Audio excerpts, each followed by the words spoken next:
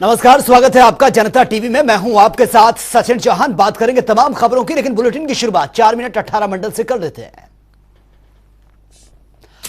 मथुरा में विश्व हिंदू परिषद के मंडल उपाध्यक्ष लक्ष्मण के पुत्र धर्मेंद्र का फ्लैट में फांसी के फंदे से लटका मिला शव। मौके पर पहुंचे सैकड़ों विश्व हिंदू परिषद के कार्यकर्ता। हत्या की जताई गई आशंका। जालौन में सर्दी बढ़ते ही चोरों ने दी है पुलिस को चुनौती। देर रात चोरों ने आधा दर्जन दुकानों में की है चोरी। पैसे और कीमती सामान लेकर चोरों ने हाथ किया साफ। दुकानदारों की सूचना पर मौके पर पहुंची पुलिस, जांच पड़ताल जारी। फतेहपुर में ओमनी वैन में अचानक से लगी भीषण आग। पेट्रोल पंप पर बगल में खड़ी थी वैन। पेट्रोल पंप कर्मियों में मचा हड़कंप। मौके पर पहुंची फायर ब्रिगेड की टीम ने कड़ी मशक्कत के बाद आग को कंट्रोल किया। जालौन में सांप्रदायिक माहौल बिगाड़ने की कोशिश। खेत में गाय चराने के विवाद को लेकर दो पक्षों में जमकर मारपीट। विशेष समुदाय के लोगों ने गाय को कुल्हाड़ी मारकर किया घायल। मारपीट के बाद हिंदू संगठनों ने किया जमकर हंगामा। मामले की जांच में जुटी पुलिस। भदोई की सुरविया पुलिस ने किशोरी की हत्या का 12 घंटे के अंदर ही कर दिया खुलासा। खेत में नाबालिग के सिर में दबंगों ने मारी थी गोली। मामले में पुलिस ने 3 आरोपियों को किया गिरफ्तार। आरोपियों के खिलाफ मामले में शुरू की गई जांच पड़ताल। रामपुर की कैमरी पुलिस को मिली है बड़ी कामयाबी। पुलिस ने मृतक के 2 साथियों को किया गिरफ्तार। मृतक की पत्नी से अवैध संबंधों के चलते आरोपी ने हत्या की वारदात को दिया था अंजाम। मृतक की मां ने पुलिस अधीक्षक अशोक कुमार शुक्ला से लगाई है न्याय की गुहार। रामपुर की शाहबाद पुलिस को मिली बड़ी सफलता। पुलिस ने खुद के अपहरण की साजिश रचने वाले आरोपी को किया गिरफ्तार। आरोपी कर्ज से मुक्ति पाने के लिए ससुराल वालों समेत परिवार से मांग रहा था फिरौती। रामनगर में नेशनल हाईवे 309 पर डंपर ने बाइक सवार को मारी जोरदार टक्कर। एक बाइक सवार की मौके पर ही दर्दनाक मौत। दूसरा बाइक सवार गंभीर रूप से घायल। परिजनों में मचा कोहराम। घटनास्थल पर पहुंची पुलिस, घायल को अस्पताल में एडमिट करना पड़ा। अलीगढ़ के जवा में 10 फीट लंबा अजगर निकलने से इलाके में फैली दहशत। ग्रामीणों ने कड़ी मशक्कत के बाद अजगर को नहर में फेंका। जवा क्षेत्र के बाजगढ़ी गांव का है पूरा मामला। मथुरा जंक्शन पर चलती ट्रेन से उतरते वक्त यात्री का फिसला पैर। ट्रेन से कटे दोनों पैर। जीआरपी और आरपीएफ पुलिस ने यात्री को गंभीर हालत में जिला अस्पताल में किया भर्ती। डॉक्टर ने यात्री को आगरा के लिए रेफर कर दिया। चंदौली पुलिस और सर्विलांस टीम को मिली है बड़ी सफलता। पुलिस ने 3 शातिर हत्यारों को किया गिरफ्तार। अपराधी हत्या के साथ साथ लूट की घटना को देते थे अंजाम। पुलिस अधीक्षक अंकुर अग्रवाल ने गिरफ्तार करने वाली टीम को दिया है 50,000 रुपए का इनाम। गोरखपुर की राजघाट पुलिस को मिली बड़ी सफलता। पुलिस ने एटीएम कार्ड से फ्रॉड करने वाले जालसाज गैंग का किया पर्दाफाश। आरोपी एसबीआई बैंक की ब्रांच को लगा चुके हैं लाखों का चूना। हरदोई में भरावन ब्लॉक की ग्राम पंचायत पीपर गांव में रिश्वत लेते लेखपाल का वीडियो सोशल मीडिया पर वायरल। घटना का वीडियो सीसीटीवी में हुआ कैद। मामले की जांच पड़ताल में जुटी पुलिस। झांसी में बुंदेलखंड विश्वविद्यालय के गर्ल्स हॉस्टल में बीटेक 3rd ईयर की छात्रा ने की आत्महत्या। पुलिस ने गहराई से शुरू की है जांच। विश्वविद्यालय के कुलपति ने दिया बयान। पुलिस की जांच में विश्वविद्यालय के स्तर पर की जाएगी सहयोग। संपूर्ण विश्व में जाने जाने वाला विंध्या वांसिनी मंदिर में यूपी सरकार बनवा रही है विंध्या कॉरिडोर। विंध्याकारी डोर के नाम पर सोशल मीडिया के माध्यम से विंध्याचल में कुछ लोग भक्तों से वसूल रहे हैं पैसे। मामले की जांच पड़ताल में जुटी पुलिस। आयकर कर्मचारी महासंघ ने सहारनपुर के मुजफ्फरनगर परिक्षेत्र में जरूरतमंदों को वितरित किए हैं कंबल। जिला प्रशासन के सहयोग से गरीबों को वितरित किए गए कंबल।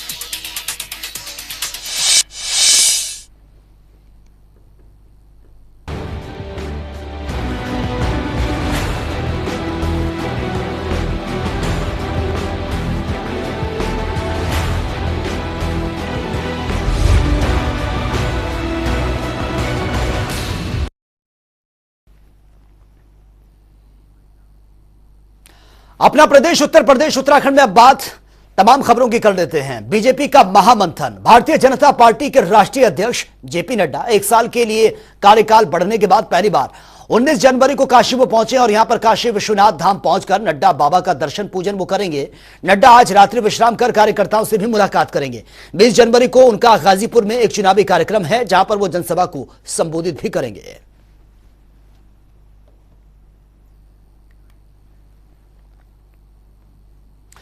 और वहीं मुरादाबाद के हिंदू कॉलेज में बुर्का बैन करने के बाद हुए हंगामे को लेकर अलीगढ़ से समाजवादी पार्टी के पूर्व विधायक हाजी जमीर उल्लाह ने विवादित बयान दिया है। जानकारी के अनुसार मुरादाबाद के एक हिंदू कॉलेज में बुर्का बैन कर दिया गया है और इसी बात से नाराज स्कूल में पढ़ने वाली छात्राओं ने गेट बंद कर जमकर हंगामा भी किया।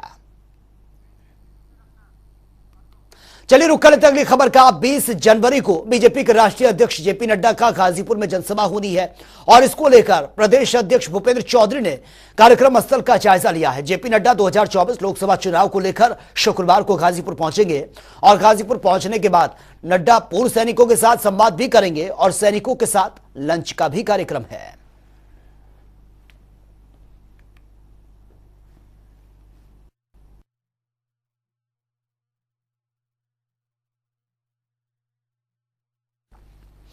और वहीं राजधानी में मंत्री राकेश सचान ने सिल्क एक्सपो का उद्घाटन किया है। सिल्क एक्सपो में कई राज्यों के उत्पादों ने हिस्सा लिया है और इस दौरान 50 उद्यमियों को दीनदयाल उपाध्याय रेशम उत्पादकता पुरस्कार दिया गया और इस दौरान रेशम वस्त्र बनाने वालों से उनकी समस्याएं भी जानी गई हैं।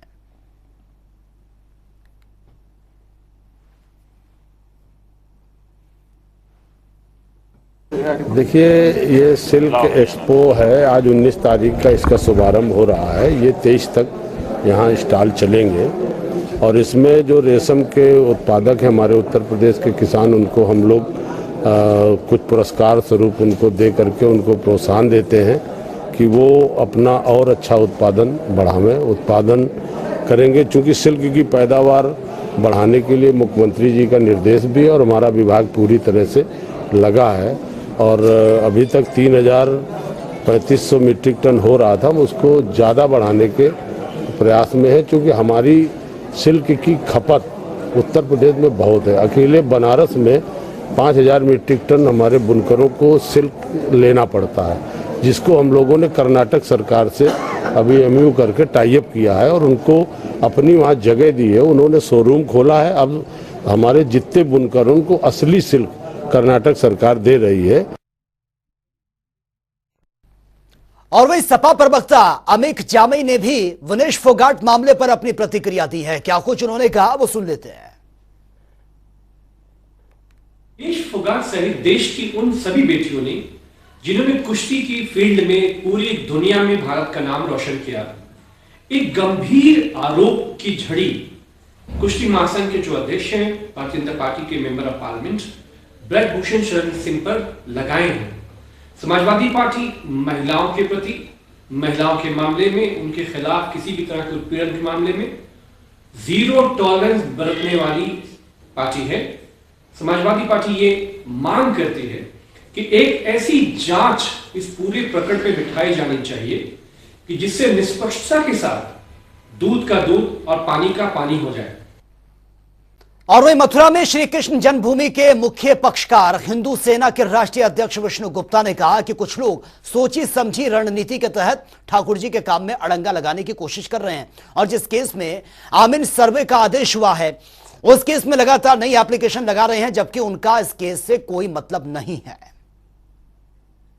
कल मथुरा जिला अदालत में इस मामले की सुनवाई होनी है और हिंदू सेना कोर्ट से मांग करेगी कि 8 दिसंबर 2022 को जो ऑर्डर अदालत द्वारा किया गया था उस ऑर्डर की जल्द से जल्द अनुपालना की जाए। आमीन सर्वे का जो ऑर्डर हुआ था उस ऑर्डर को जल्द से जल्द लागू किया जाए। आमीन को जल्द से जल्द सर्वे के लिए भेजें। और इस वक्त की बड़ी खबर से आपको अपडेट करवा देते हैं। लखनऊ से ये बड़ी खबर सामने आ रही है, ये बड़ी खबर आप तक पहुंचा रहे हैं। इंद्रमणि त्रिपाठी की बेनामी संपत्ति अटैच को लेकर ये बड़ी खबर। एलडीए के वीसी हैं इंद्रमणि त्रिपाठी, जिनकी संपत्ति अटैच की गई है। इनकम टैक्स विभाग ने ये अटैच किया है, ये बड़ी खबर आप तक पहुंचा रहे हैं। 1 करोड़ से ज्यादा का ये कंस्ट्रक्शन हुआ है। बेमानी भूमि 8,000 वर्ग फीट के करीब है और संपत्ति की औसतन कीमत 5 करोड़ यह बताई जा रही है। इंद्रमणि त्रिपाठी की बेनामी संपत्ति को अटैच किया गया है। एलडीए के वीसी हैं इंद्रमणि त्रिपाठी, जिनकी संपत्ति को अटैच किया गया है। इनकम टैक्स विभाग ने यह बड़ी कार्रवाई की है और 1 करोड़ से ज्यादा का कंस्ट्रक्शन यह हुआ है।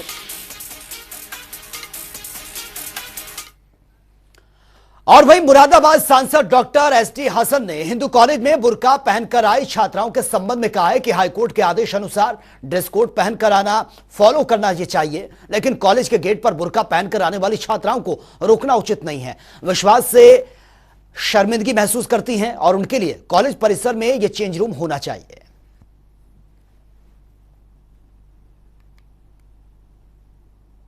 नहीं, कोई हंगामे वाली बात नहीं है। ड्रेस कोड 15 अक्टूबर से हमारे महाविद्यालय में लागू है, जिसको हमने समय समय पर एडमिशन के दरमियान, सबसे पहले एडमिशन के दौरान, उसके पश्चात समाचार पत्रों के माध्यम से, विभिन्न सूचनाओं के माध्यम से छात्र छात्राओं को प्रेरित किया कि वो यूनिफॉर्म में आए।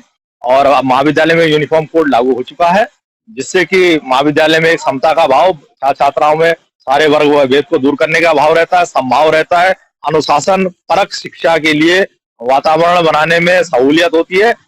देखिए, सुना है कि उन्होंने ड्रेस कोड लागू कर दिया, अभी तक वहां पे कोई ड्रेस कोड नहीं था। जब ड्रेस कोड लागू किया है तो हाई कोर्ट का भी ये डिसीजन है कि उसे फॉलो करना चाहिए। कानून के मुताबिक हर चीज़ होनी चाहिए।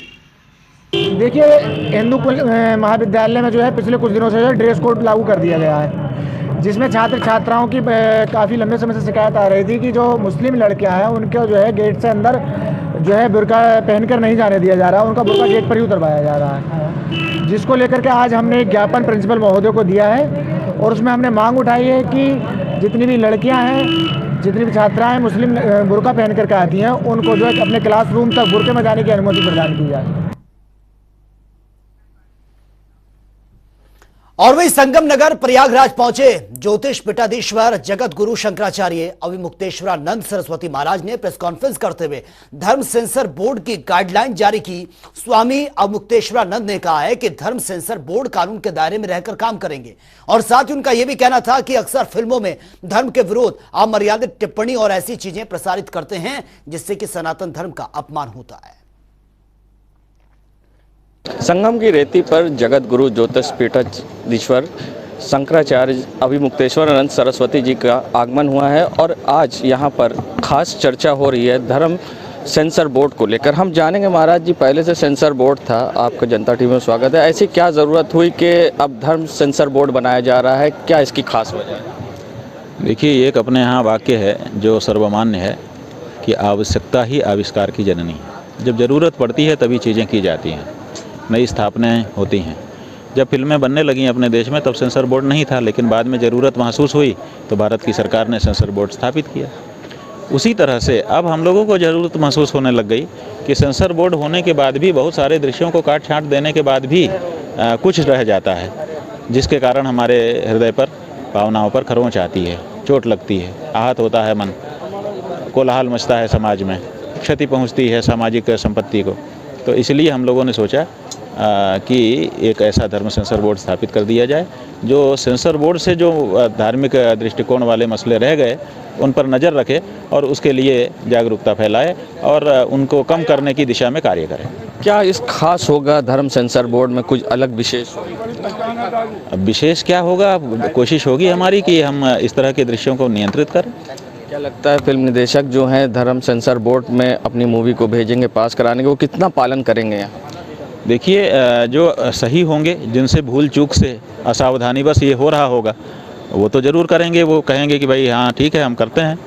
और जो पहले से ही आग्रही होंगे कि नहीं नहीं हमको तो ऐसा ही दृश्य बनाना है, ऐसा ही दिखाना है, उनके पीछे कोई उनका अपना छिपा हुआ कारण होगा, वो लोग ज़रूर इसमें आगे आएंगे, उनको हम लोग दूसरे तरीके से रोकेंगे। सबसे बड़ी चीज़ है मूवी के साथ साथ अब OTT प्लेटफॉर्म है जहाँ पर बहुत सारी अश्लीलता और परोसी जा रही है, उसको किस तरह से धर्म सेंसर बोर्ड लगा? ये जब से OTT आया है ना, तभी से हम लोगों के ऊपर इस बात का दबाव बढ़ा है।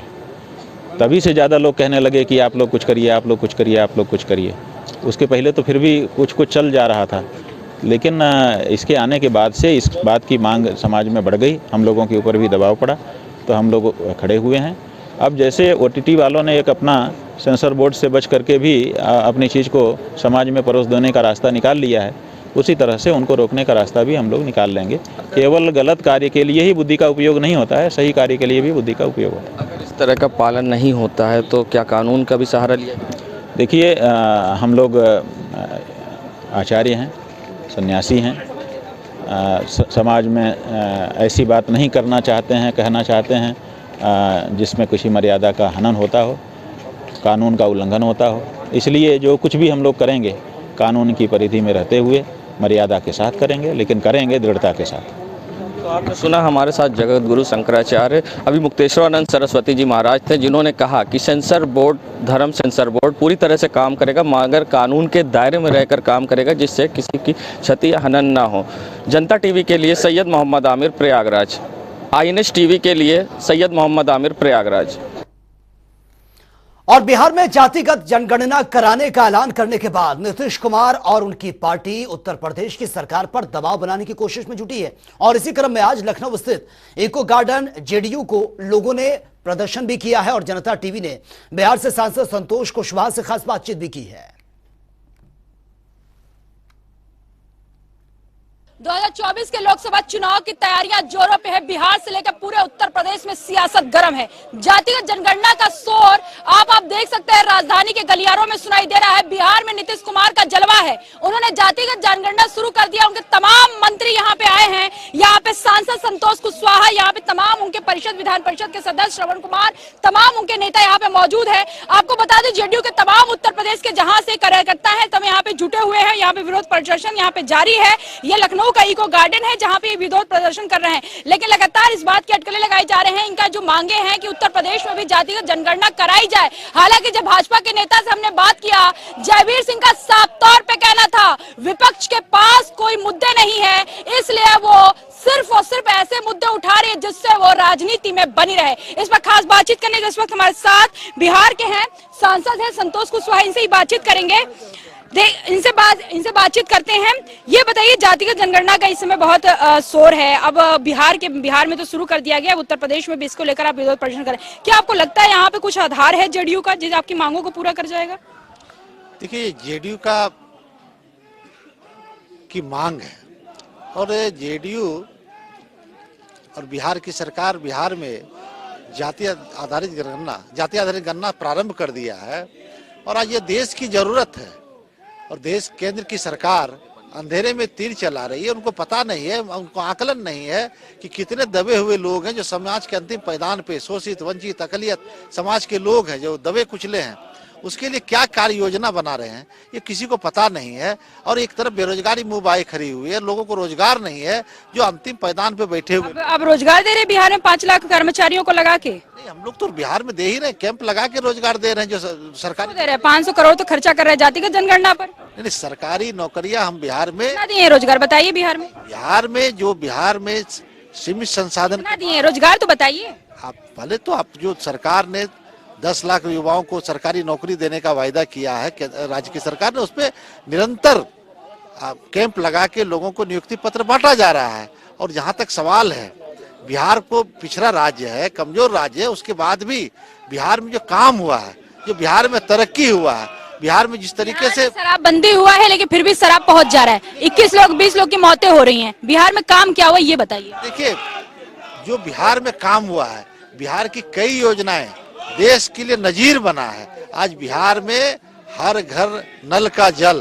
5 काम बताइए बिहार का। रुकिए संतोष जी, 5 काम बताइए बिहार का जो नजीर बन गया है।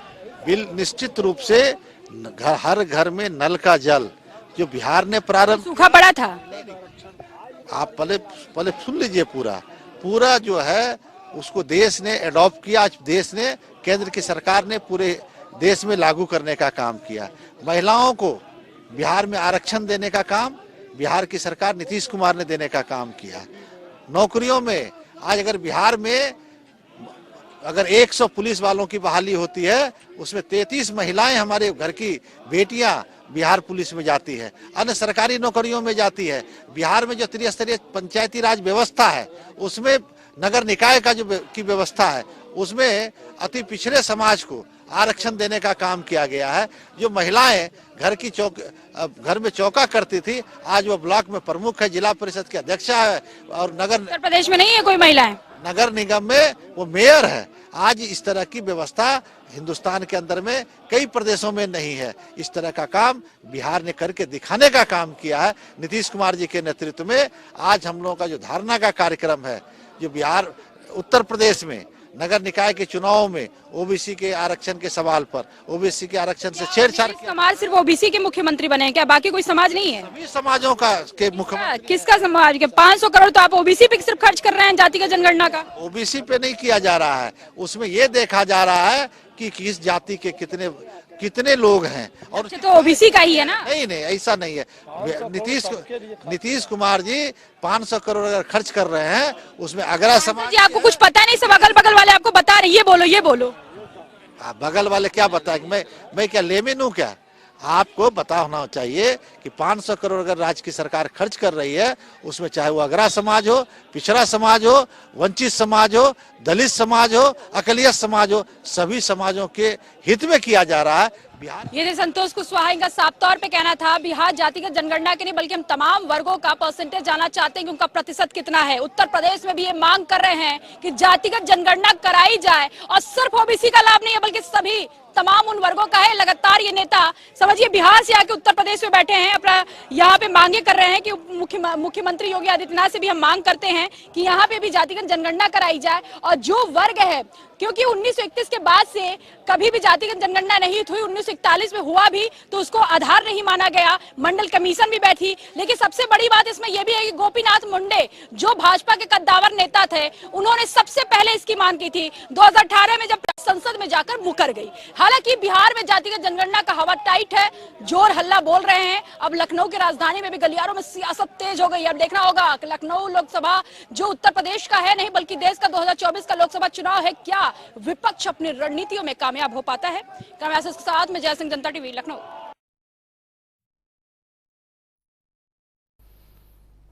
और वहीं भारत को G20 की अध्यक्षता मिलने के बाद देश भर में तमाम कार्यक्रम आयोजित किए जा रहे हैं। इसमें ताजनगरी आगरा भी शामिल है। आगरा में फरवरी में G20 का प्रतिनिधिमंडल आने वाला है, जिसको लेकर आगरा प्रशासन ने तैयारियां तेज कर दी हैं। और इसी क्रम में आगरा में आज मैराथन आयोजित की गई है, जिसमें शहर के लोगों ने उत्साह के साथ इस मैराथन में हिस्सा लिया है।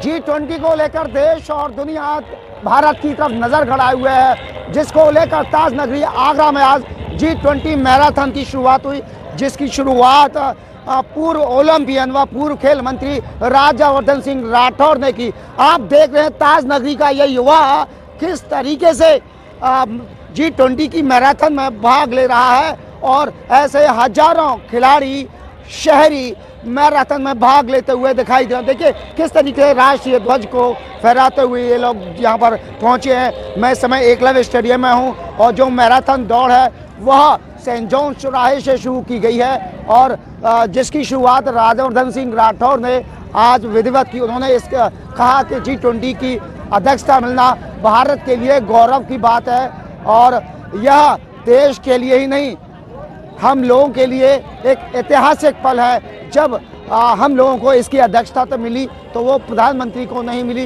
135 करोड़ को मिली। ये हमारे लिए गौरव के क्षण है और हम इन गौरव के क्षणों को किसी भी तरीके से भुला नहीं सकते।